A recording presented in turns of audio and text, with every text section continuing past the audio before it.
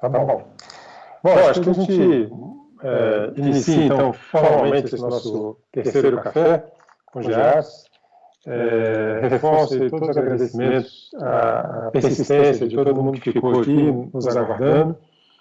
Imprevistos acontecem, enfim, a gente está todo mundo se adaptando a essa nova fase, né, de trabalho remoto, de lives, enfim. Eu vou só reforçar aí a apresentação do projeto que o Américo comentou brevemente. Bom, eu sou Luiz Guilherme Porto, para quem não me conhece, e, como eu disse, compartilho a coordenação do GEAPS com o professor Guilherme Molina, que é o Grupo de Estudos em Fisiologia e Epidemiologia do Exercício da Atividade Física da Faculdade de Educação Física da UNB.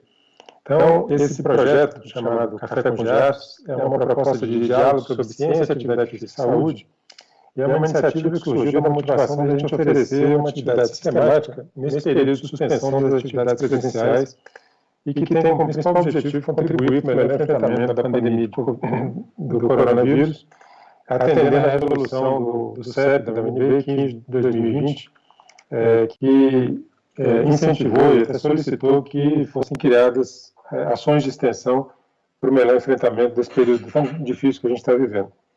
Então, nossa programação, para aqueles que já estão conosco desde o primeiro café, são atividades a cada 15 dias. Hoje é o nosso terceiro café.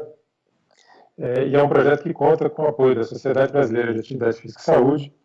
E aí eu lembro que todos que precisarem de certificado de participação devem preencher até 15 minutos após o final da nossa atividade de hoje um questionário no Google Forms, que vai ser, o link vai ser liberado tanto no YouTube quanto aqui no Teams.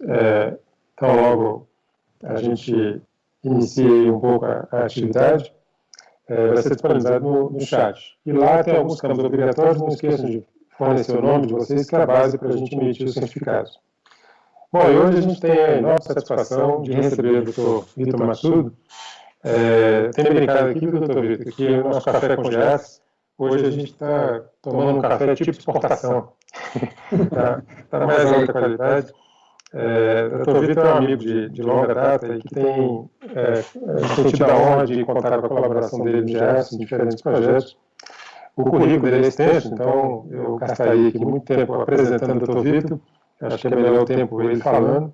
Mas eu só quero destacar que ele é médico graduado na Santa Casa, e isso tem uma diferença importante, porque eu acho que esse olhar de saúde pública ele carrega desde a graduação, isso é algo que ele marca sempre. Teve lá a condução do Dr. Guedes, que sempre o inspirou, e depois fez especialidade em ortopedia e medicina esportiva. Ele é fundador, presidente e coordenador do Celafiscs, que vocês certamente já conhecem, além de consultor da OMS para Atividade Física e Saúde e coordenador geral do Programa Agita São Paulo. Bom, eu acho que o melhor que a gente faz agora é passar a palavra ao Dr. Vitor.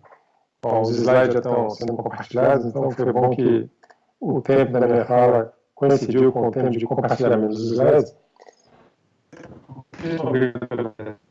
A gente sabe da sua agenda bastante ocupada, e com quem eu falo e com o senhor Luiz, a gente parece que nesse período de isolamento a gente está trabalhando mais do que antes, se é possível, e a correria está grande, mesmo assim, senhor, por gentileza de nos atender. Então, por favor, fique à vontade para fazer sua apresentação e depois a gente parte para a fase de diálogos com quem nos acompanha. Boa tarde, vocês estão me ouvindo? Tudo bem, Luiz? Estão me ouvindo? Sim, ouvindo muito bem. O senhor pode só expandir o slide, talvez. Tá, eu vou... Isso, essa setinha. Tá. Bom, em primeiro lugar, quero agradecer o convite de participar desse café, que é muito gostoso, partindo do convite que ele me fez, e encontrar os amigos aí de Brasília, com as excusas pelo inconveniente que aconteceu nessa fase que nós estamos de pré-puberdade nessa tecnologia nova, né? Então fica aí debitado aí na conta dessa fase inicial.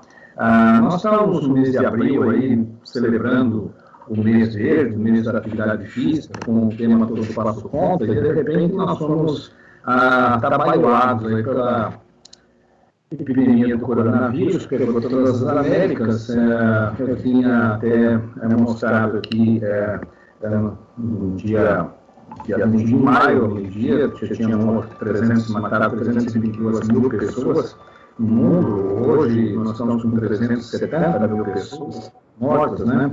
E são mais de 5 milhões de pessoas, hoje já são 5,6, 7 milhões de pessoas infectadas.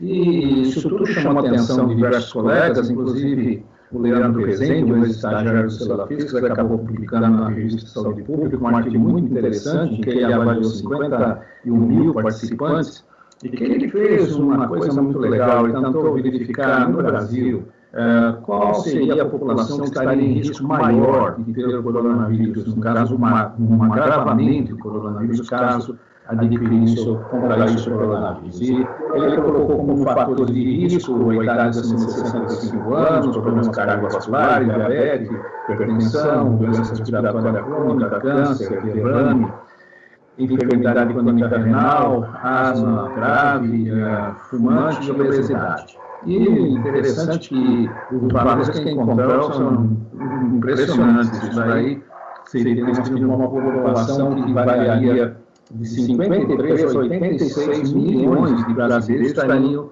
em situação de risco maior caso tivesse contraído o coronavírus em função de serem possuidores desses fatores de risco, sendo que os menos educados tinham o dobro de risco para ter esse problema, e os estados de São Paulo, Rio, Minas e Rio Grande do Sul seriam os mais vulneráveis. Já nesse trabalho, eles apontavam também que os estados apoiavam as medidas de isolamento social, né? Então, um trabalho muito interessante aí do Rezende. Mas, como é que se comportou as grandes instituições mundiais em relação ao coronavírus? Logo no início, a OMS veio a público, a OMS está realmente sob a coordenação na área de atividade física da Fiona Bull, voltou a ter uma proeminência mundial, porque estava muito adoecida. A Fiona conseguiu lá dar uma injeção de ânimo na OMS, e a OMS realmente, logo no início, fala que há um momento que os países estão contendo o coronavírus por medidas de distanciamento social, fechando de escolas, etc., mas que a OMS está promovendo que as pessoas permaneçam ativas como uma das medidas chaves para se manter saúde. Inclusive, a OMS, que não, como eu falei, não é muito ligada a fazer programas, são mais ligados a fazer diretrizes, posicionamentos, políticas, mas não põe a mão na massa. No caso, eles já criaram até uma caminhada virtual, que foi agora no 16, 17 de maio, e acabaram de lançar um manual com 12 exercícios aí para as pessoas poderem fazer exercício em casa, como vocês estão vendo aí nesse slide, né? Então, é incrível ver a OMS fazendo isso. Eu tenho que reconhecer que ela está baixando ao nível que precisa, ao nível da população e saindo dos escritórios. O American College of Sports Medicine e o Exercise Medicine também vieram ao público e lançaram uma diretriz aí, uma proposta de atividade física que envolvesse atividades físicas dentro de casa e fora de casa. Dentro de casa, eles enaltecem o uso da dança, que eu acho muito bom, vou falar isso depois, e, se possível, aí, o pular corda e fazer exercício com vídeo, né? Então, são coisas que são exequíveis até na realidade brasileira. E atividades fora de casa, isso é uma coisa, um questionamento que existe muito grande. É claro que, no meio de uma pandemia, ninguém vai falar para as pessoas saírem correndo por aí, porque, como mensagem de saúde pública, é inexequível. Nós não podemos fazer uma mensagem de saúde pública para que todos os brasileiros saiam pela rua correndo, porque realmente vai ser um desastre total. Agora, isso não impede que uma pessoa que tem um sítio distante aí de Brasília, tenha lá um lago, uma região que não tenha pessoas ao lado, possam fazer seu exercício sem grandes riscos. O treinamento de força também foi lembrado pelo American College, né, com exercícios aí que eles deram a ideia de já os 7 minutos workout, que é um programa que não precisa nem de equipamentos, só usando o peso corporal, e que podia realmente ser interessante. Então, só para começar a mostrar que a OMS, a American College, a Sociedade Brasileira de Cardiologia considerou fundamental a atividade física, então trazendo já para o Brasil. E vou colocar um pouquinho do ICSP. O ICSP é o Conselho Internacional de Ciências do Esporte, talvez vocês não conheçam, é o maior órgão que existe no mundo na área de ciência do esporte, é reconhecida como uma instituição associada formalmente à Unesco, é reconhecida como uma organização internacional pelo Comitê Olímpico Internacional e colabora com a OMS em projetos grandes, né? Então, o ICSP, que eu tive a honra de ser vice-presidente mundial do ICSP há 10 anos atrás, acabou de sair com uma posição assinada pelo seu presidente, Uri Scheffer, em que ele contatou a OMS, a Unesco, o Comitê Paralímpico Internacional, e ele pede, então, o ICSP pede que as pessoas mantenham a atividade física durante a pandemia, mas eu chamo a atenção para o item 2 e 3, a inclusão de educação física, atividade física e esporte em níveis de performance na pós-pandemia, e depois a importância da educação física regular quando houver a reabertura das escolas, né? Então, é importante esse item 3 aqui, como vai ser a educação física e a importância da gente voltar à educação física na reabertura das escolas. Logo no começo, lá em pleno mês de fevereiro, a Barbara Ann Worth, que é americana, coordenando aí um grupo da China, lá de Wuhan, publicaram o que eu considero o primeiro trabalho que eu tenho na revisão minha de literatura na área de atividade física e Covid. É o primeiro paper em que eles apontam uma série de coisas interessantes, né? Sugerem exercícios, fortalecimento do exercício de força, atividades de equilíbrio, exercício de alongamento, combinação deles, caminhar em casa, para a loja se necessário, levantar ou transportar alimentos, subir escadas, ficar em pé, sentar, subir na cadeira, subir um andar, fazer os sentadilhos, que é a nossa cadeirinha, enfim, trabalhar com Liang Kong, King Kong, Tai Chi, e usar aí vídeos, né, como forma de fazer exercício. Eu acho que isso foi muito legal, que eles logo de cara colocaram esse tipo de proposta. Mas o que eu achei mais interessante é essa frase aqui, que eles mencionam, que o Ken Powell usou, citando Stephen Blair. O Stephen Blair teria falado essa frase célebre, que a gente tem que carregar sempre na cabeça, que o Luiz deve gostar muito, né? Que alguma atividade é melhor do que nenhuma e mais é melhor do que menos. Então, essa eu acho que tem que ser um norte para todos nós que trabalhamos em ciências do esporte, quando a gente quer preconizar um nível de atividade física, mesmo fora da pandemia. E as propostas dos 30 minutos de atividade física todo dia, 20 minutos moderada, né, 20 minutos vigorosa, combinação de ambas, tal, não sei o quê. Esse trabalho que eu estou mostrando agora, ele tenta mostrar impactos na saúde cardiovascular e metabólica, e achei também interessante, esse trabalho já é mais recente, e ele mostra o seguinte, que os riscos de confinamento levam a uma perda muscular que ocorre rapidamente, sendo detectável até em períodos de 2 dias após a inatividade. Isso, para mim, é surpresa, porque eu tinha nos meus alfarrábios que isso levariam 5 dias, mas eles afirmam que são com 2 dias, e está isso associado à denervação das fibras, que estaria explicada principalmente pela supressão de síntese de proteínas musculares, né? Como todo mundo sabe, o céu ficando quietinho, ocorre alteração na homeostase da glicose, com redução da sensibilidade de insulina, e o risco de diabetes aumenta, ou agravamento do diabetes. A potência aeróbica é prejudicada em todos os níveis da CO2, e esse aqui que é importante, né? Porque ao ficar em casa, comendo e não fazendo exercício, ou não se mexendo, não se movimentando, ocorre um balanço energético positivo, que vai ficar associado a uma deposição de gordura, aí a inflamação sistêmica. Eu chamo a atenção essa deposição de gordura, porque isso também vai estar ligada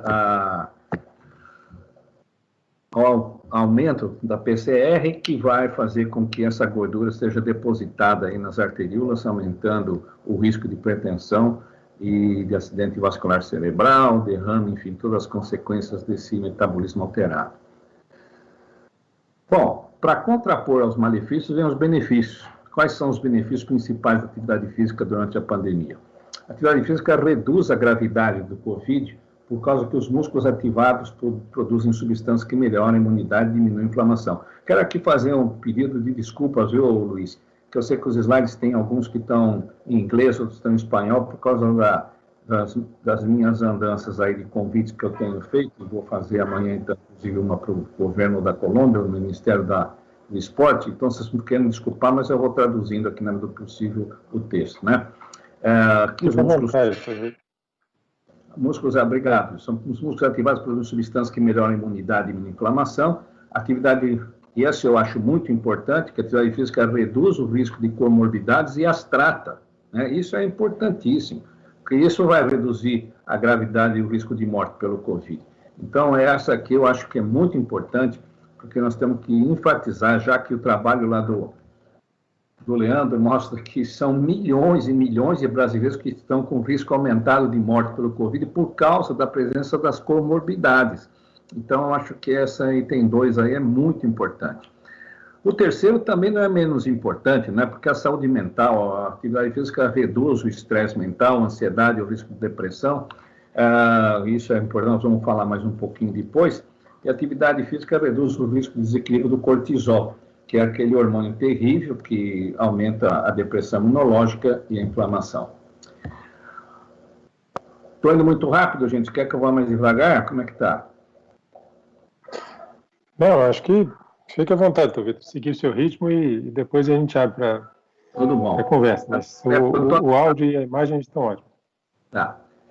Bom, qual que é o tipo de exercício que a gente deve fazer nessa fase? É claro que é disparadamente atividade física leve e moderada, e vamos dizer mais o porquê. Atividade física intensa, não tem nenhum problema quem já faz atividade física intensa continuar fazendo, tá? Se eu sempre fui corredor, não há problema de continuar correndo. O problema é a pessoa que não faz nada e querer começar a fazer agora e fazer de forma intensa, porque isso é um risco absurdo.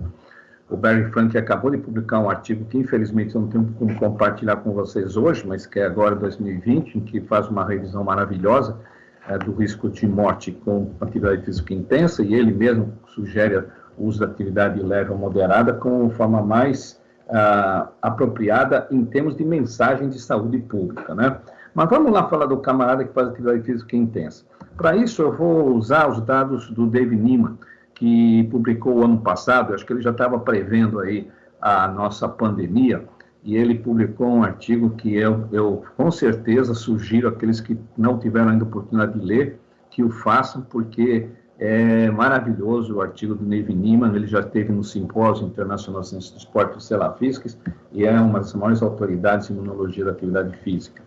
Então, ele começa falando que o exercício prolongado extenuante tem um impacto negativo temporário na função imunológica, tá? Então, isso eu acho que a maioria de vocês já sabe e tal, e acho que é importante, no entanto, a gente frisar, né? Porque exercício intenso tem um impacto negativo na função imunológica. E aí eu começo até a levantar a bola, porque tem um colega aqui, que atende pelo nome Luiz Porto, que foi convidado para dar a palestra de abertura do Simpósio Internacional de Ciências do Esporte, que esse ano vai falar sobre menos é mais e mais seria menos, com ponto de interrogação, né? Será que menos é mais? Será que mais seria menos? Então está aí um bom dado, Luiz, para você começar a preparar a tua apresentação. E a função pós-exercício, né? Ocorre a depressão é mais pronunciada quando o exercício é contínuo e prolongado, se ele durar 1h30 ou mais. E mesmo a atividade física moderada, né, que se for também prolongado, vai ter problema, principalmente se a pessoa não estiver se alimentando. Isso é uma coisa interessante, porque eu tive uma vez com o Dave Niemann no laboratório da Gatorade, lá com o diretor da Gatorade, o Murray, o Bob Murray, e ele falou que o Bob Murray deu para ele uma dica importante que funcionou muito bem. Ele uma vez visitou o laboratório lá e falou, o Bob Murray falou, por que você já tentou de tudo para ver se melhora a imunologia? Por que você não tenta água com açúcar? E ele tentou e mostrou que melhorou, né? Então, desde aí ele preconiza realmente a ingestão adequada de alimentação, né, no caso, e principalmente se for necessário alguma coisa, principalmente os atletas, a ingestão de alguma ingestão com carboidrato. Esse gráfico é maravilhoso, porque mostra o impacto de quem fez maratona comparando com quem caminha. Vocês estão vendo aí, quem fez maratona conseguiu piorar todos os índices bioquímicos, né? É impressionante, piorar muito. Enquanto que quem caminhou, como vocês veem ali, ele conseguiu melhorar um pouquinho, mas pelo menos não piorou nada. Agora, veja onde que o maratonista conseguiu o maior resultado. Foi o quê? No aumento dos hormônios do estresse, do cortisol. Então, que você vê que todas as citocinas, tá? Então, foi isso que foi aumentado, justamente o que é negativo, né? Então, isso acho que é uma prova inconteste do risco de você fazer atividade física intensa, tipo uma maratona, comparado com atividade física. E nesse trabalho clássico aqui, que ele menciona novamente, vocês vejam aqui o índice de infecções do trato superior respiratório, que no sedentário estaria em nível normal, mas que na pessoa que vai fazer exercício moderado, vejam, ocorre uma diminuição na incidência desse tipo de problema, porque ocorre uma melhora imunológica, ou seja, atividade física moderada melhora a imunologia. Mas se a pessoa fizer exercício intenso, vocês vejam que o risco de ter uma infecção de trato aéreo superior, de vias aéreas superiores, dobra ou sextuplica. Vou falar de novo, dobra ou sextuplica, de acordo com dados do Devinima. Ele baseou isso num trabalho antigo, né, que vocês acham que já sabem, que durante uma Olimpíada foi avaliado primeira vez esse negócio de infecção de vias aéreas superiores, e se observou que os atletas que participavam dos Jogos Olímpicos tinham uma incidência de infecção de via aérea superior 3 vezes superior à população. Então, não é possível que o cara treinado tal apresentar mais problemas ligados à imunologia. Aí foi que foi aventada a hipótese dessa tal janela imunológica, né? Que o exercício intenso, no começo, ele pode até dar uma melhorada na resposta imunológica, mas se prolongar o exercício, vai ocorrer essa famosa janela imunológica. Esse outro trabalho, mais recente ainda, saiu semana passada, ele fala que a potência aeróbica produz melhoras no curto prazo na função imunológica e no sistema respiratório por 3 razões principais. Porque, primeiro, melhoraria o aumento do nível de função das células imunológicas, regulando os níveis da PCR. Em segundo lugar, as funções do sistema respiratório seriam melhoradas por agir como antibiótico, antioxidante e antimicótico. Isso aí eu não sei qual seria o mecanismo que explicaria todos esses 3. E, com certeza, diminuiria as comorbidades. Essa aí é como se consagra, né? A primeira e terceira, concordo, acho que todo mundo vai concordar. A segunda, pode-se discutir que talvez os autores estavam um pouco entusiasmados. Esse Jordan Metz é um médico de Nova York. Ele faz um webinar, que inclusive vocês podem encontrar, toda semana tem um webinar aos sábados. Ele mostrou, num desses webinars, o que aconteceu, né? Que essas pessoas falam, não, olha, com a pandemia o povo está fazendo mais exercício, estão animados e tal. Olha os dados que ele tem de 1.478 adultos com 18 anos ou mais que foram acompanhados em Nova York. E vejam que interessante. Que tinha? A maior parte das pessoas falou que faz e continuou fazendo o mesmo, tá certo? A maior parte, 53%, continuou fazendo o mesmo.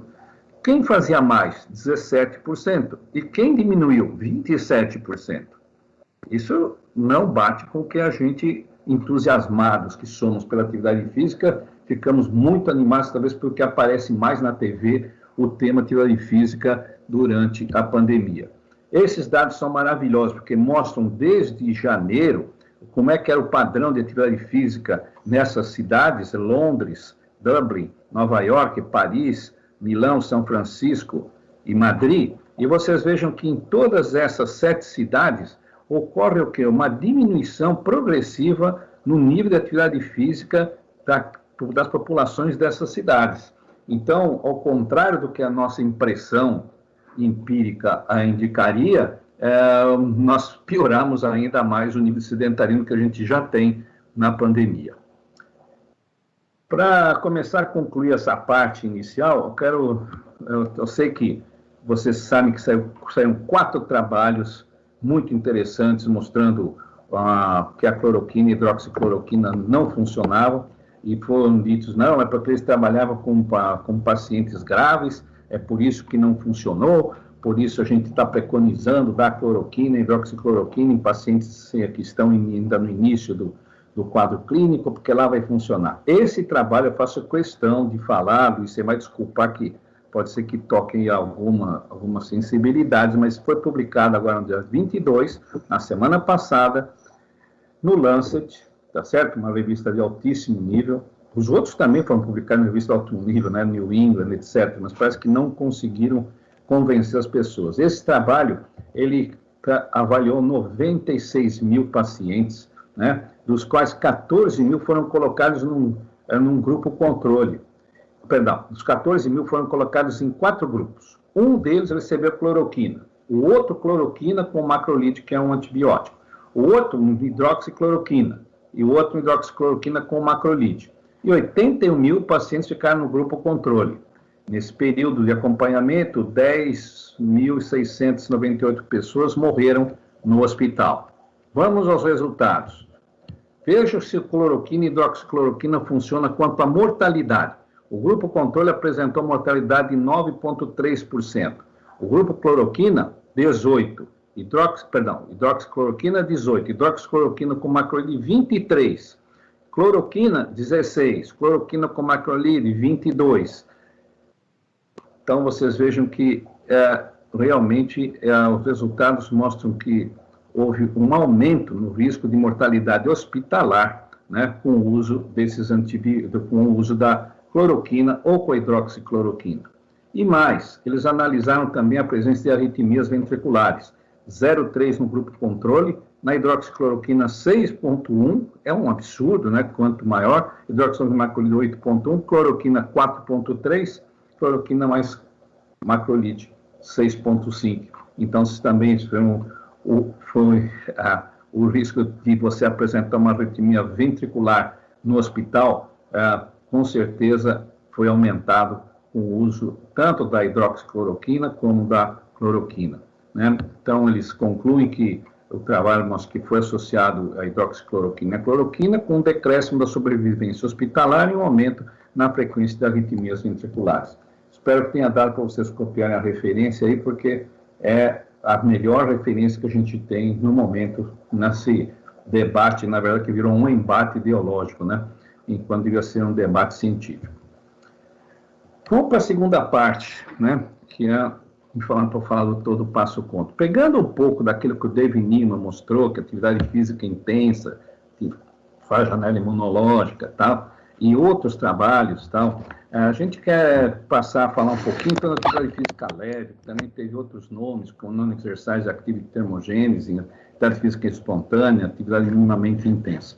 Quero lembrar de cara esse trabalho que foi publicado em 2005, em que mostram que pessoas magras permaneciam em pé deambulando 525 minutos, enquanto que os obesos, que eu brinco que falam que são os leitões, ficavam 373 só minutos em pé deambulando, enquanto ficavam uns 571 minutos sentados, contra 407 do magro. Então, vocês vejam que esse comportamento, ficar em pé deambulando, que nós, das ciências do esporte em geral, sempre denegrimos, isso não faz efeito, isso não dá resultado nenhum, precisa fazer exercício mesmo, tal. Vocês vejam que o trabalho foi realmente pioneiro e mostrou de forma muito elegante que ficar em pé e deambular tem seu efeito importante, inclusive no peso corporal. Já em 2013, esse trabalho aqui me marcou muito, porque foram 18 pessoas com 21 anos de idade, e primeiro eles foram ficar sentados, no segundo momento eles fizeram exercício por 1 hora na academia, e no terceiro eles não fizeram exercício na academia e foram incentivados a permanecer em pé ou a fazendo atividade física de mínima intensidade. E vejam o que aconteceu. Quando se foi ver o nível de insulina, ele só baixou no grupo de mínima intensidade, tá certo? Quer comparado com o grupo sentado, quer comparado com o grupo exercício. Ou seja, aí começou a ter uma pista muito forte que exercício para você ter impacto da atividade física na saúde, você talvez não precisasse fazer nem o exercício numa academia ou pedalar numa academia. Esse mesmo trabalho mostrou que não só a insulina só baixou no nível, no grupo mínimo intensidade, como eu chamo a atenção aqui da PCR. Vocês estão vendo aqui que foi o único grupo que teve diminuição também da PCR. Isso fez com que os autores concluíssem que 1 hora diária de exercício físico não pode compensar os efeitos negativos da inatividade sobre os níveis de insulina e lípidos plasmáticos se o resto do dia é gasto sentado. Por isso, em 2013, no Congresso Brasileiro de Atividade Física e Saúde, lá em Curitiba, eu fui o louco suficiente para falar que a gente deveria também propor que a gente se mexesse a qualquer momento do dia, de forma contínua, acumulada, atividade física leve. Então, eu coloquei nas novas recomendações, além dos 30 minutos famosos, 5 vezes por semana, diminuir o tempo sentado, que o Pete Kaczmarzyk propôs, que a gente se movesse a qualquer momento do dia, sempre que possível, com a tomada de atividade física espontânea. Isso em 2013. A repercussão desse trabalho foi essa aqui, nenhuma. Como vocês estão vendo, nada, né? Ninguém me levou muito a sério a minha proposta. Fiquei lá mais ou menos como nessa situação, nas trevas da floresta, sem nenhum resultado. Mas fiquei muito contente que, 5 anos depois, em 2018, a Abby King e o Ken Powell coordenaram o grupo que reviu as recomendações do Guidelines americano, e eles, então, conseguiram fazer uma coisa maravilhosa e começaram a falar que a atividade física, as pessoas não podiam fazer pouco ou nenhuma, para pessoas que fazem pouco ou nenhuma atividade física leve reduz risco de mortalidade por todas as causas, mortalidade cardiovascular. Que não existe um limite mínimo para que esses benefícios aconteçam, que reduzem o risco de saúde, adicionando gradualmente alguma atividade física moderada. E sessões de atividade física de qualquer duração podem ser incluídas no volume total diário acumulado de atividade física. Nós, do CELA Físicos, traduzindo teoria em prática, então criamos um programa chamado Todo Passo Conta, né, e que tem uma série de outros trabalhos que ajustaram para o Todo Passo Conta. Esse é um deles, atividade física leve, saúde cardiovascular e mortalidade. Vocês estão vendo aqui uma revisão sistemática com meta-análise. Estão vendo que foi extremamente protetora, né, para o nível de glicose. A glicose pós-prandial reduziu com a atividade física leve, a insulina pós-prandial reduziu com a atividade física leve, e a mortalidade por todas as causas também reduziu quase 30% com a atividade física leve. Então, a primeira conclusão, a atividade física leve diminui mortalidade por todas as causas. Um outro trabalho importante foi esse que comparou durações de sessão, e vocês vejam aqui que foram sessões de 5, 10 minutos ou qualquer duração de exercício, e a redução no risco de morte por todas essas causas ocorreu independentemente da duração do exercício, né? Como vocês estão vendo aí, foram 4.800 pessoas avaliadas, ou seja, a duração do exercício não conta. Mais um trabalho que meta-análise com revisão sistemática mostrou mais uma vez esse mesmo perfil, que a atividade física leve e consegue melhorar a saúde cardiometabólica e reduzir a mortalidade. Então, é mais uma evidência interessante. Eu não tenho tempo para ficar passando em todos, mas eu quero lembrar esse trabalho aqui que eu achei muito interessante, que é esse do Jeffries. A conclusão do trabalho, que é muito, eu recomendo que vocês leiam, se já não tiveram chance de ler, que 30 minutos de aumento de tempo sentado aumenta em 17% a mortalidade por todas as causas. Mas 10 minutos de atividade física moderada e vigorosa, moderadamente vigorosa, diminui em 10%. Olha que coisa, rapaz. 10 minutos diminui em 10%. Eu desafio qualquer doutor, qualquer que seja farmacologista, que me apresente um fármaco que dê esse tipo de impacto por mortalidade por todas as causas. 10 minutos reduz 10% a mortalidade por todas as causas. 1.000 passos por dia aumento de 1.000 passos por dia diminui em 15% a mortalidade por todas as causas. E olha-se conclusão final, 30 minutos de atividade física mais leve por dia. Ou seja, simplesmente ficar em pé, ficar conversando, como eu falo, tocou o telefone, fica em pé, conversa lá com um amigo ou com aquela pessoa chata que não vai parar de falar, putz, são 10 minutos que ela não para de falar, com 3 igual ela, você já fez a recomendação do dia, mas 30 minutos de atividade física leve por dia a mais, você diminui em 17% a mortalidade por todas as causas, né? Todas essas informações foram ajustadas e concluídas nas novas guias de atividade física americana, né? Como você sabe, publicado ano passado no número especial da Medicine Science in Sport and Exercise. Por último, eu queria compartilhar com vocês um artigo que eu acho que é o mais contundente de todos, porque o Eklund, ele conseguiu fazer a associação dose-resposta entre atividade física e comportamento sedentário e mortalidade por todas as causas, numa revisão sistemática e meta-análise harmonizada, em que ele usou a acelerometria. Isso daqui é o primeiro grande trabalho que usa a acelerometria numa meta-análise que envolveu 518 artigos, tá certo? Envolvendo 36 mil pessoas, né? Vejam que interessante, esses 518 artigos envolvendo mais de 500 mil pessoas, aqui vocês têm a mortalidade por todas as causas diminuindo na medida em que eu faço mais intensidade de exercício por dia. Mas você já começa a observar aqui essa parte do slide que começa a aumentar, certo?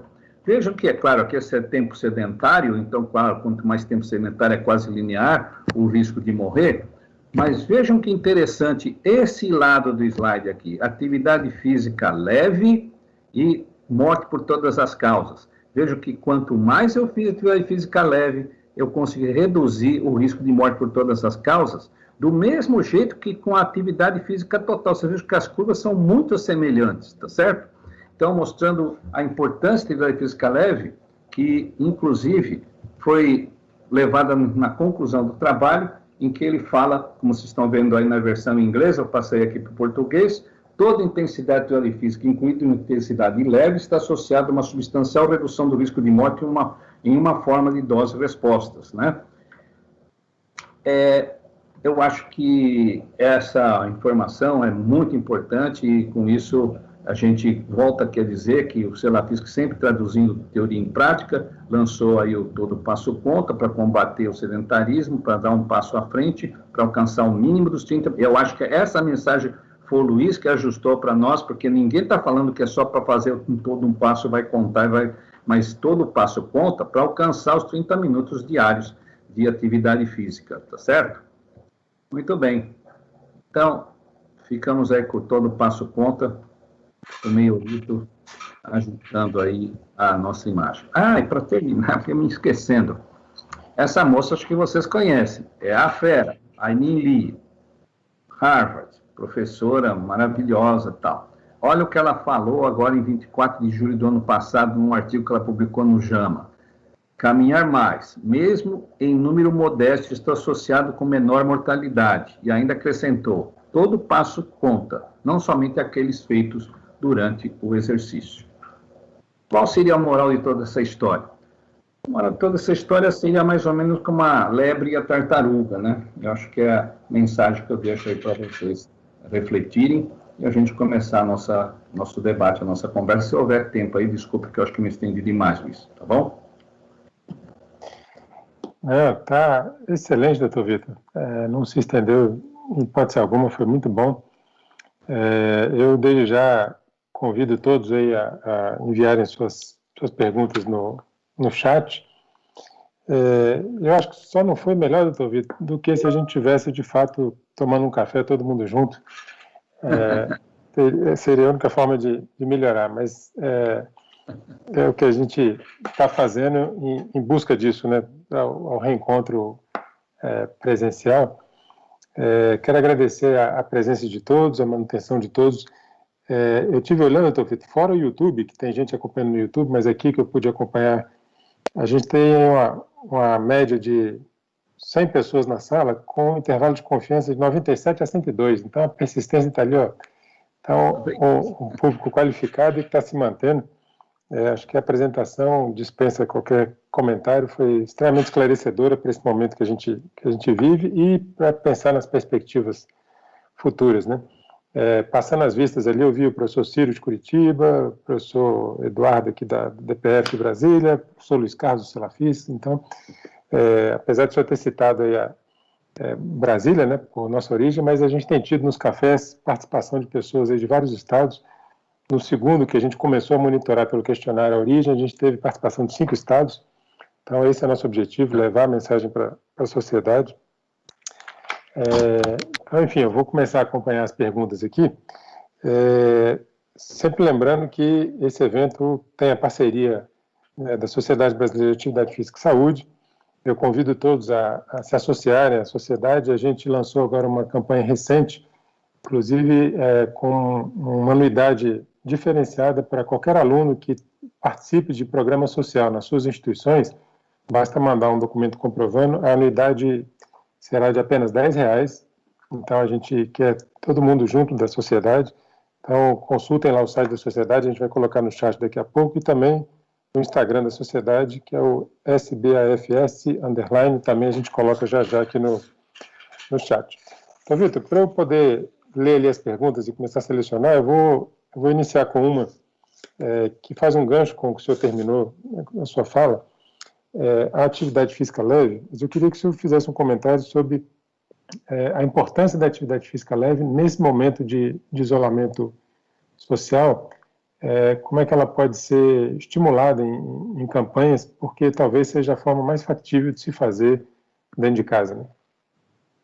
Eu acho que até quando você me convidou para fazer essa associação, que você que criou a associação, eu nunca imaginei, na verdade, mas acho que tem tudo a ver realmente a atividade física nesse momento de pandemia, como proposta da nossa área, nós que somos fisiologistas do exercício ou atuando na promoção da atividade física, nós temos que, acho que essa mensagem, ela é a que menos riscos traz e mais benefícios oferece para a população.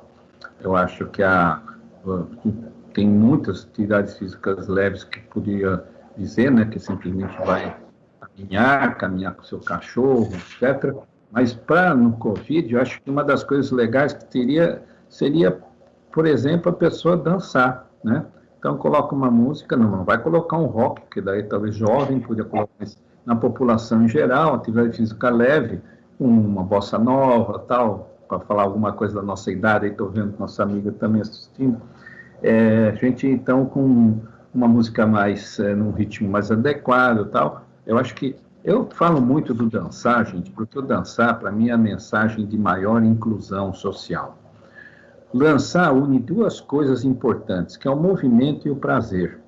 Então, é imbatível. Nós não temos outra mensagem, outra proposta de exercício que una movimento e prazer como dançar. Claro que não, mas eu faço natação e tenho prazer. Tá bom, tudo bem, mas dançar, eu acho que o prazer realmente está tão presente, porque é a única proposta que emplaca em criança, em adolescente, em adulto e em idoso. Tá certo? Não tem outra coisa. Ela é barata, é de graça se você ligar um CD a uma estação de FM, enfim, você não precisa gastar nada. Ela pode ser de manhã, de tarde, de noite, não tem horário. Mas você pode fazer sozinho, você pode fazer com a tua esposa, você pode fazer com a sua noiva, com a sua tentativa, tá? Então, você pode... É muito democrática essa proposta do dançar. Por isso, eu incentivaria bastante essa proposta, porque entra na proposta do Agita São Paulo, que é a atividade física com prazer. Nós não podemos simplesmente nos fecharmos numa proposta mecanicista de ter uma contagem de passos, uma contagem de minutos, tal. Nós temos que focar no prazer, porque é isso que mantém as pessoas num comportamento. E nós que advogamos um comportamento ativo, temos que estar atentos a propostas que envolvam o prazer. Maravilha, temos várias perguntas chegando aqui, doutor Vitor, e eu vou começar prestigiando uma do YouTube, que hoje a gente está estreando uma transmissão simultânea. Então o professor Américo aí está inovando, a gente está aqui no Teams e no YouTube, e vem uma pergunta lá do Luan Gomes: como será o mundo da atividade física fora de casa nessa nova pandemia? Como é que o senhor vê a atividade física fora de casa também? Não, eu não entendo se é durante a pandemia ou no pós-pandemia, né? Eu estou entendendo que é durante a pandemia.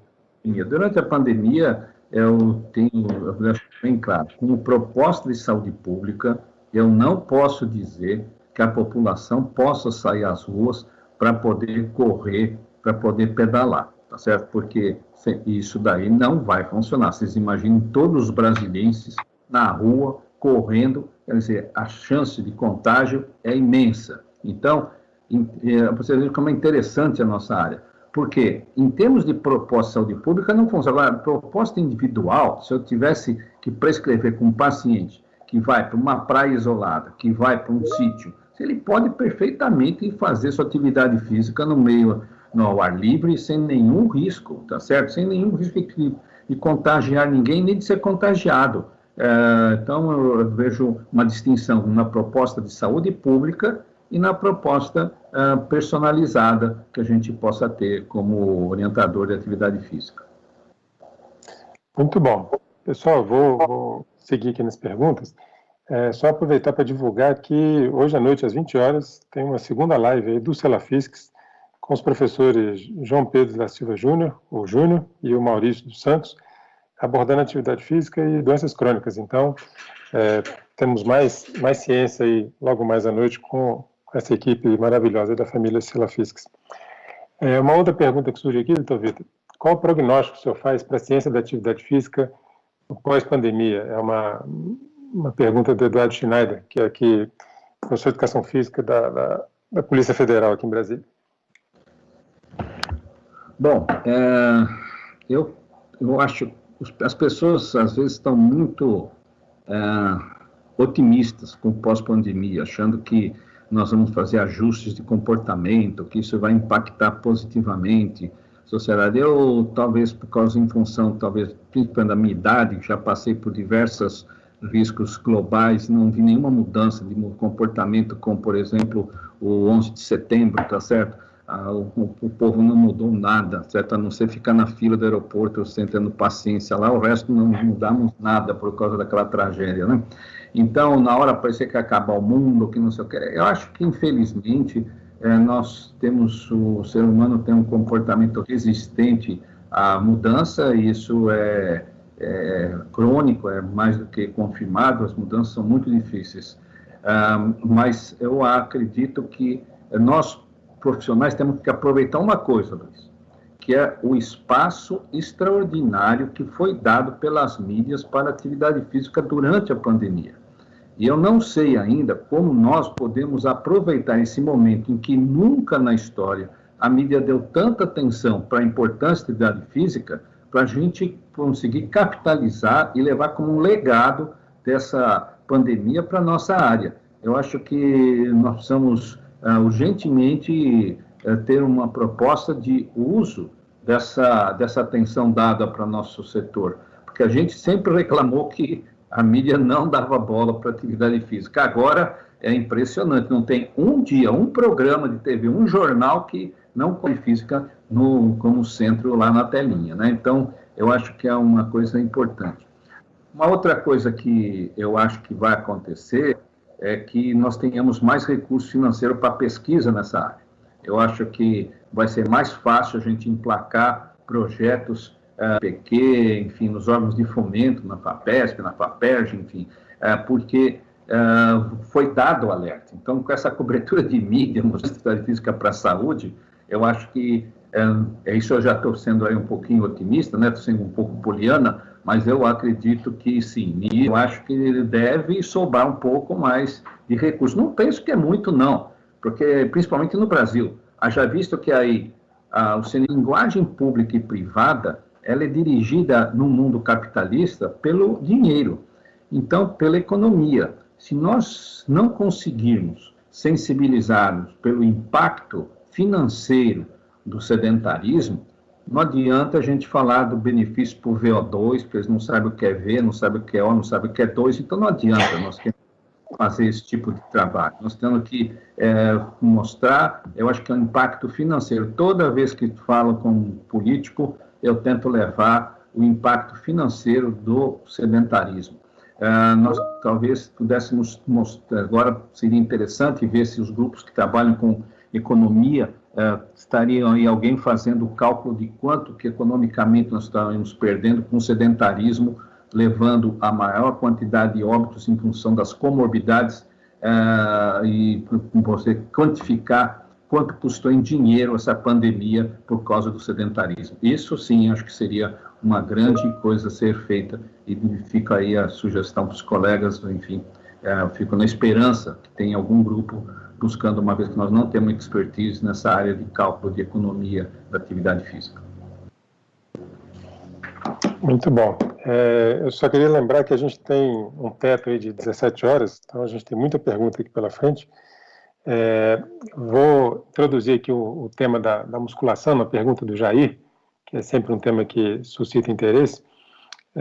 Ele diz que o senhor falou de atividades físicas intensas que podem trazer prejuízos ao sistema imune e níveis de estresse.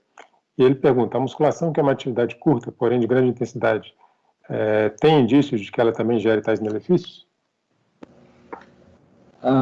Muito boa pergunta. A musculação, ela tem surpreendido a todos pelos efeitos sempre melhores ou mais benéficos do que se imaginava anteriormente. Então, para sintetizar a resposta, eu diria que não há dúvida que a intensidade, embora seja alta, a curta duração não vai ter o dano, como o David Niemann falou. David Niemann fala que a atividade física intensa e prolongada. Agora, fazer alguma série, 2 séries, tudo bem. Agora, ficar, talvez, 1 hora fazendo, 2 horas, e principalmente eu chamo a atenção para o seguinte, não é você que já faz musculação. Estou falando para minha tia, para sua avó, para o teu pai começar a fazer musculação na mesma carga que você faz, na mesma duração, com certeza vai ser um desastre para o sistema imunológico. Então, nós temos que lembrar da homeostase, né? Que o nosso sistema é em equilíbrio. A nossa espécie tem 4 milhões de anos no planeta. Não vai ser um louco que criou uma anilha que vai resolver o problema da nossa saúde. Então, a gente precisa sempre procurar um equilíbrio para encontrar a melhor resposta. E a melhor resposta não existe simplesmente num sistema só num tipo de pessoa. Nós temos que ver diferentes tipos de pessoas. Se são sedentárias, jamais começar a fazer musculação, mesmo que seja com duração curta, mas a alta intensidade e a duração que ela possa ter no conjunto da aula pode ser prejudicial.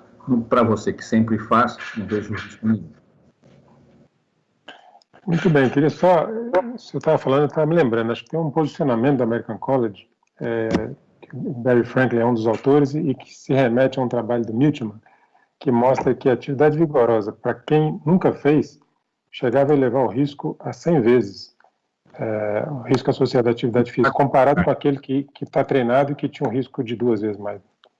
Isso é verdade, foi bem lembrado. Esse gráfico, inclusive no trabalho último aí do Barry Frank, que eu mencionei, ele volta a usar esse gráfico. Foi uma pena que eu não consegui abrir esse artigo aí na minha apresentação, mas deixa eu ver aqui, se vocês permitirem, eu vou tentar ver se eu localizo ela aí.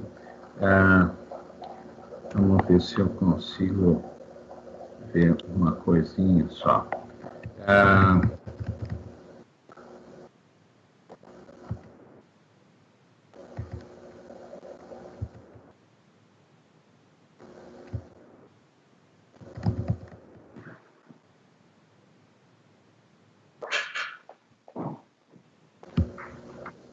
Está aqui.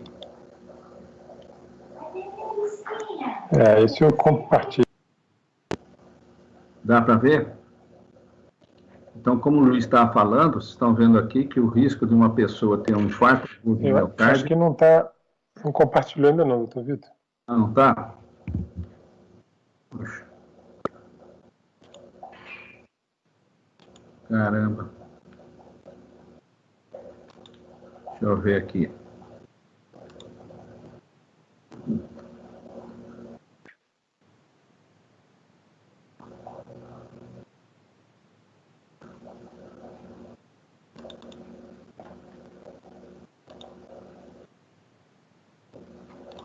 Tá aí?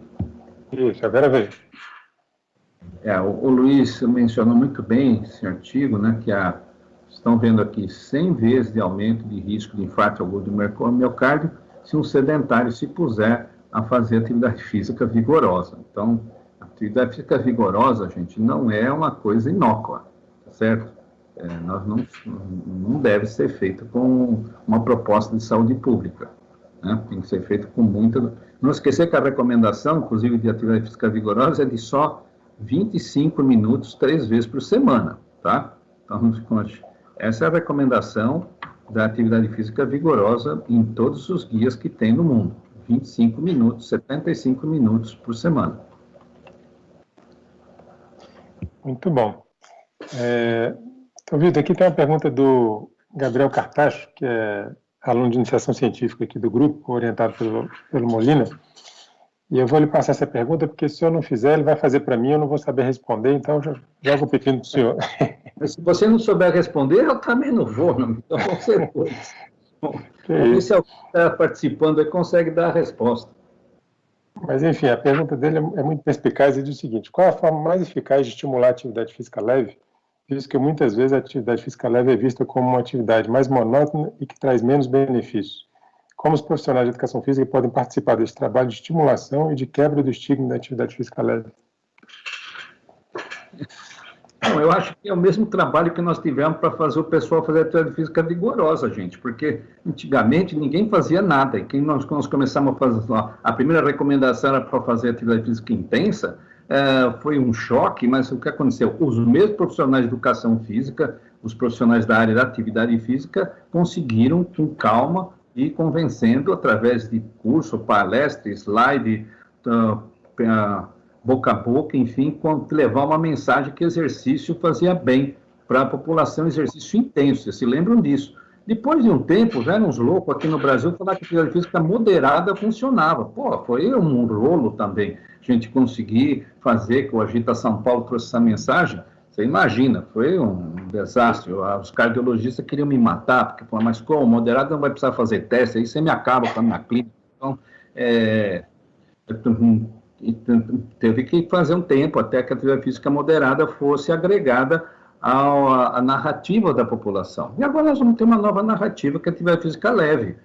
Vai levar trabalho, vai levar tempo, mas o mesmo esforço que nós fizemos para transformar a atividade física intensa numa mensagem de saúde pública, a atividade física moderada, conseguir fazer numa mensagem de saúde pública, está começando agora, é uma nova proposta, claro que vai ter dificuldades. Eu acho que a atividade física leve, a maior dificuldade é para gente jovem, que não tem sentido realmente prescrever atividade física leve para um adolescente, né, que ele vai rir, não tem nenhum cabimento, mas para adultos e idosos, gente, que é a maior parte quem tem as comorbidades, aí nós vamos conversar, e vocês vão ver que mensagem que eles vão querer agarrar, correr ou caminhar leve, entendeu? Então, aí sim, nós vamos poder chegar e bater forte, justamente nos grupos que estão mais em risco, que é onde a gente tem que atuar, não é mesmo?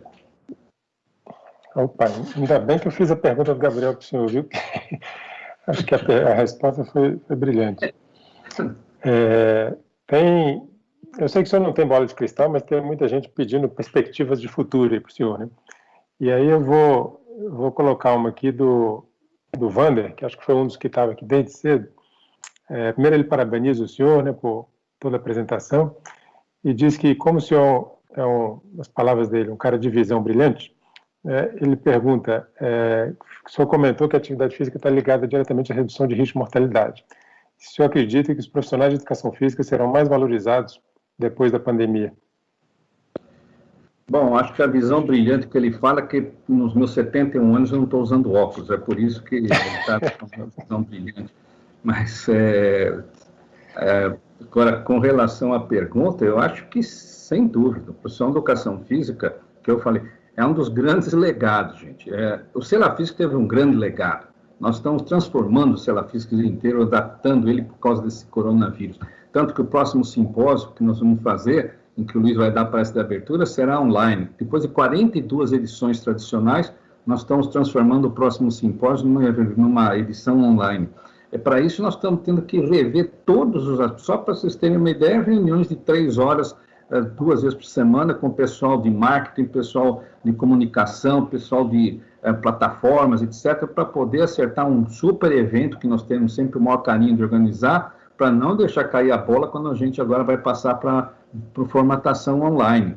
Então, eu acho que o profissional da educação física tem que aproveitar, quando eu falei que ali atrás, que é um dos legados, a quantidade que a mídia deu de espaço, nós, com certeza, eu acho que uma das coisas importantes que vai acontecer é a população falar, pô, esse cara é muito importante, é bem mais importante que eu imaginava, pô, porque ele não dá só uma bola lá para o cara correr e fazer uma bandeja com a mão esquerda. Ele também trabalha com a minha saúde, com a minha possibilidade de melhorar não só fisicamente, mas mentalmente, porque eu ouvi isso daí. Então, eu acho que o professor de educação física, principalmente o bom professor de educação física, vai ser prestigiado sim, porque ele vai poder bater bola melhor para a população. Eu não acho, assim como médicos, né, que qualquer médico vai ter uma... Não, acho que aqueles profissionais melhores terão melhor também possibilidade de avançar, porque vão poder dialogar num outro patamar. Muito bom. Saúde. Obrigado, desculpa. De novo, quero agradecer muito a participação de todos. Acho que está todo mundo se mantendo aí na endurance, como o senhor gosta de falar. Isso é que faz sentido, o Café com Geatos, ele é feito para vocês, então muito obrigado pela presença de todos. Então, Vitor, olha que coisa boa, temos aqui um comentário do Josivaldo, lá do Chile. Satisfação em tê-lo aqui conosco, Josivaldo. E ele comenta lá do grande problema de obesidade e sedentarismo no Chile, né? E que agora, mais do que nunca, é momento para a população se mexer, né? É verdade. Oi, Paulo, tudo bem? Um abraço aí. Legal ouvir que você está aí também nesse café tão gostoso, organizado pelo Luiz. É verdade, a obesidade realmente é um problema não só no Chile, é um dos maiores problemas que nós temos em todo o planeta. E, infelizmente, a América Latina, no Chile, não é o pior caso. Você sabe que o México é o nosso pior caso de obesidade infantil. Mas eles lá têm uma desculpa, né? Porque tradicionalmente eles não foram habituados a tomar água, porque a água é contaminada, então eles preferem tomar refrigerante do que água.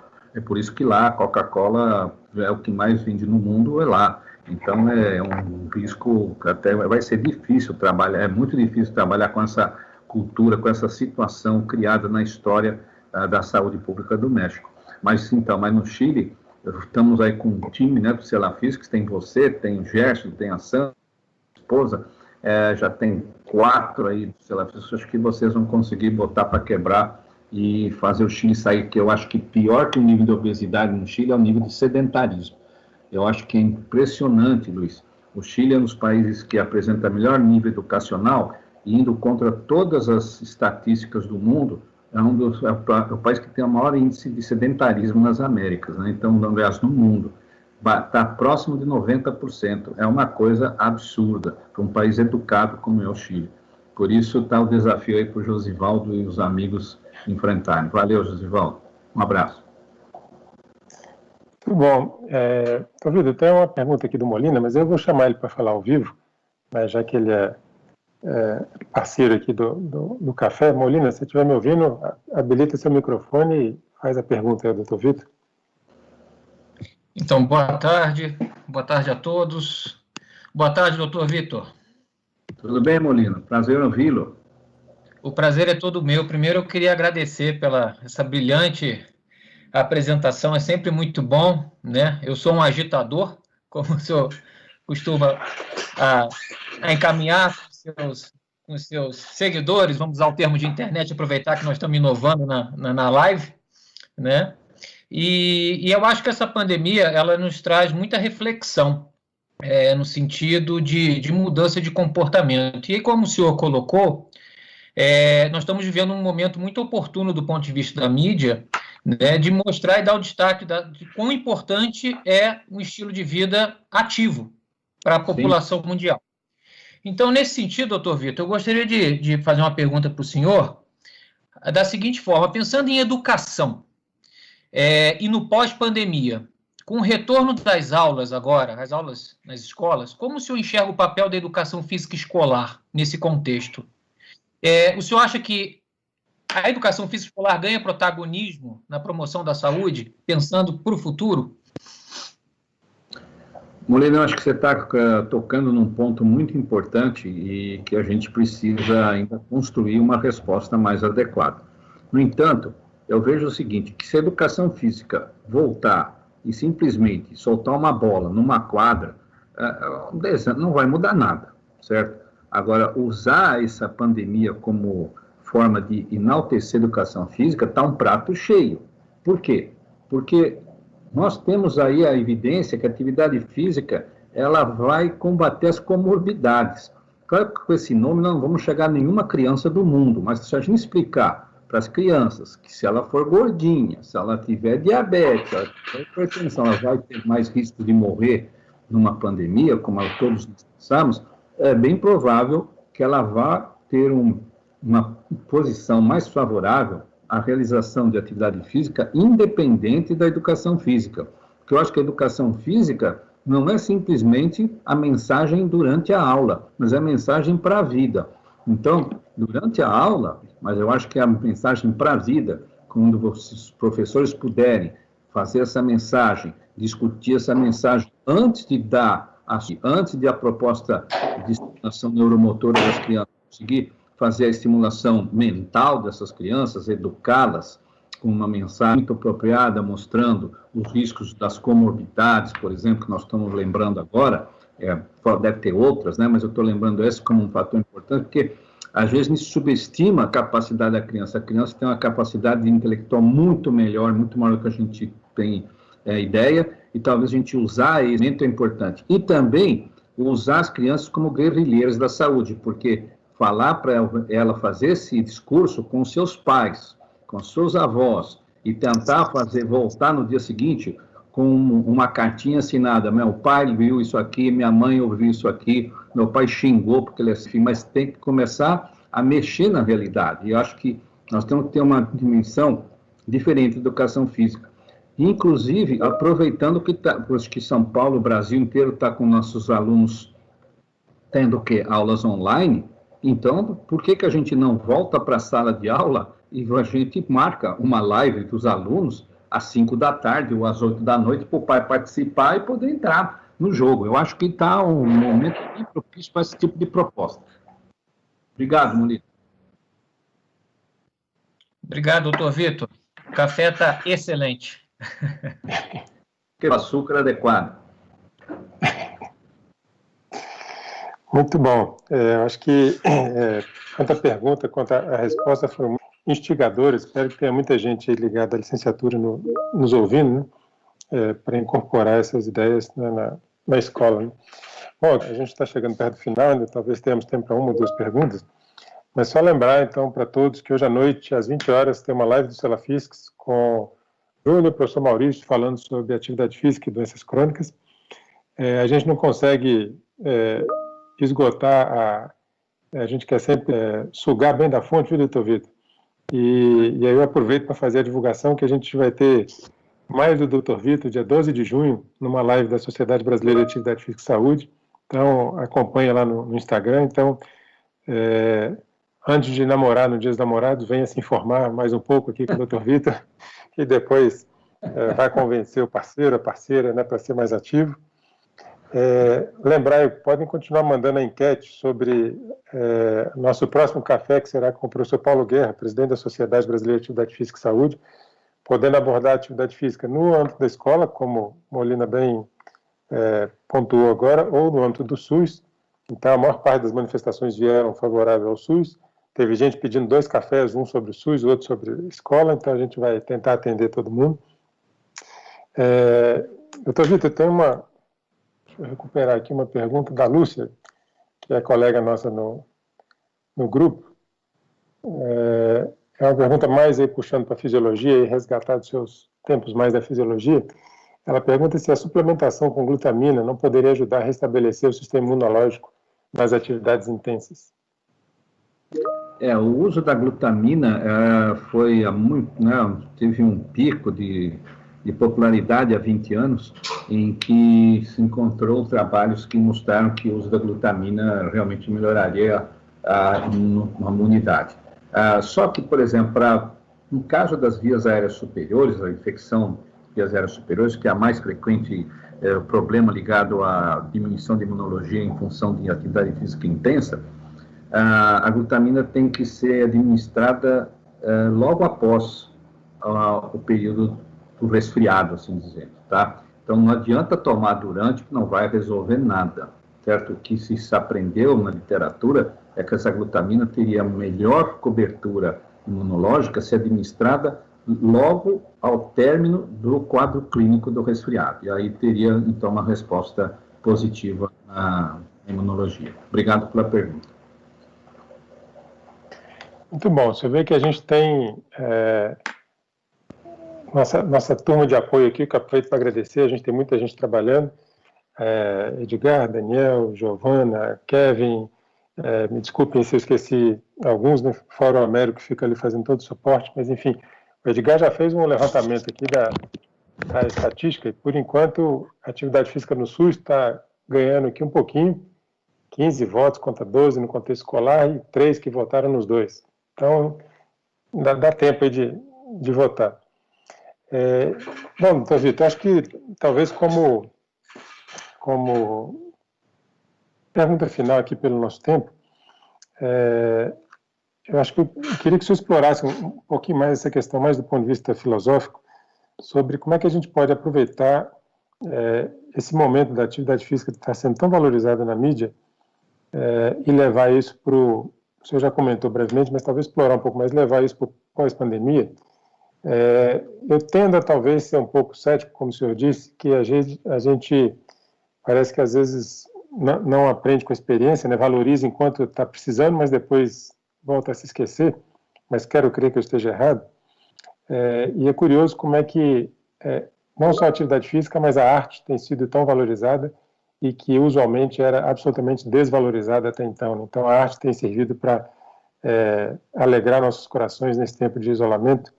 Então, o senhor, pegando aí o comentário acho que do Wander, que falou da sua visão brilhante de perspectiva ampliada, como é que o senhor vê isso para o pós-pandemia? E eu estou vendo que o movimento que o senhor está fazendo com o braço aí deve ser de acariciando o cachorro, né, que é seu personal trainer. Então, eu como uma pessoa de cachorro, eu acho que eu reconheci seu gesto aí. Então é isso mesmo, você capturou a minha parceira aqui da Praia Pimba. Ela estava escutando aí, mas ela se animou também a deixar o sedentarismo e se mexer pela casa. Bom, ali de uma pergunta que vocês fizeram atrás e agora com essa, eu acho que para o futuro, Luiz, a gente teria que pensar em como aproveitar, né, as novos inputs que nós temos na sociedade. Eu acho que nós pensarmos uma atividade física ou uma educação física sem uso da inteligência artificial é inadmissível. Nós temos que trabalhar com essa inteligência artificial. Nós temos que buscar os algoritmos que possam ajudar a trabalhar em favor da promoção da atividade física, da educação física. Já que existem tantos algoritmos que vendem qualquer coisa, a gente também tem que aproveitar para poder ter um espaço de poder promover o nosso produto, que é a atividade física ou a educação física. Eu, até por causa que o tempo está esgotando, eu gostaria só de ver uma resposta aí em 2 frases importantes, né? Que eu acho que vocês vão concordar. Quarentena sim, sedentarismo não, tá? Acho que isso é uma das coisas que eu gostaria de que fosse compartilhada aí nas redes. E lembrar que o coronavírus vai passar, mas o sedentarismo vai ficar. Então, nós temos que nos preparar, porque daqui a pouco vai passar o coronavírus. E quero deixar já também uma coisa que você vai participar, que o próximo simpósio vai voltar a propor coisas bem inovadoras, nós já estamos preparando aí. Nós vamos trabalhar num manifesto de atividade física pós-Covid-19, e que vai ser trabalhado já antes do simpósio, para todos levarem lá, e a gente preparar um manifesto, uma carta do Brasil, em termos de atividade física pós-Covid, que possa ser assinada a N mãos e milhões de neurônios de diversos colegas. Tá? Então, se preparem que o próximo simpósio vai ser realmente um novo patamar. Nós estamos procurando chegar num novo patamar. Tá? Muito bom, muito obrigado. Bom, só lembrando antes de nos despedirmos que dia 10/6, então, a gente tem o nosso próximo café com o professor Paulo Guerra, que é o presidente atual da Sociedade Brasileira de Atividade Física e Saúde, e a gente vai ver a votação, como é que ficou aqui, se escola, SUS, se os dois, enfim. O que ficar de fora a gente inclui num outro café depois, que são 2 temas fundamentais. Lembrar, então, dia 12/6, Dr. Vitor conosco lá na live da Sociedade, no Instagram da Sociedade. Hoje à noite, não percam, live do Celafiscs sobre atividade física e doenças crônicas com o professor Júnior, o professor Maurício. Professor Vitor, eu, de fato, eu queria, não tenho muitas palavras exatas para agradecer o seu carinho, né, em nos atender, mas eu gostaria que o senhor recebesse o carinho no mínimo na mesma magnitude com que o senhor aceitou esse convite, né, sabendo das suas dificuldades, aceitou prontamente. Então, receba nosso muito obrigado em nome de todo o GEAF, tem muita gente trabalhando nesse projeto. Agradeço a todo o time do GEAF que comprou essa ideia desde o começo e a gente vem trabalhando firme para isso. Então, receba todo o nosso carinho por ter estado conosco, tem vários elogios aqui no chat, muitíssimo obrigado, e aí devolvo para o senhor fazer um comentário final e a gente encerrar. Eu que agradeço, até quero dizer, Luiz, que ao você agradecer ao povo do GEAF, você está agradecendo também a mim, porque eu me sinto parte do GEAF, né, se você me permitir. Com certeza. Grupo que eu tenho muito orgulho de poder ter visitado, compartilhado momentos agradáveis no Brasil, no exterior. E ainda o senhor é membro honorário do GEAF, né? Já recebeu até a plaquinha. Né? Sinta-se em casa. Tá certo. Muito obrigado. Aí acho que é isso aí. Vocês estão plantando algo que, usando, né, que vocês aprenderam já com o Covid, e um legado, criaram esse live, estão ajustando já uma nova forma de promoção da atividade física na população, e só tenho a felicitar vocês pela iniciativa. Parabéns. Então, muito obrigado a todos. Rapidamente, Américo Molina, algum comentário final? Bom, queria também agradecer ao professor Vitor, né, pela brilhante palestra, pelas palavras Molina, que muito nos motivam. Estão ouvindo? Bom, oi, Luiz. Então, sim. Desculpa. Bom, eu queria agradecer também ao professor Vitor, sempre muito instigante ouvi-lo, né? Em nome aí do GEAFS e de toda a equipe que está trabalhando aqui, falar que foi um prazer ter o senhor aí nessa tarde, nesse café.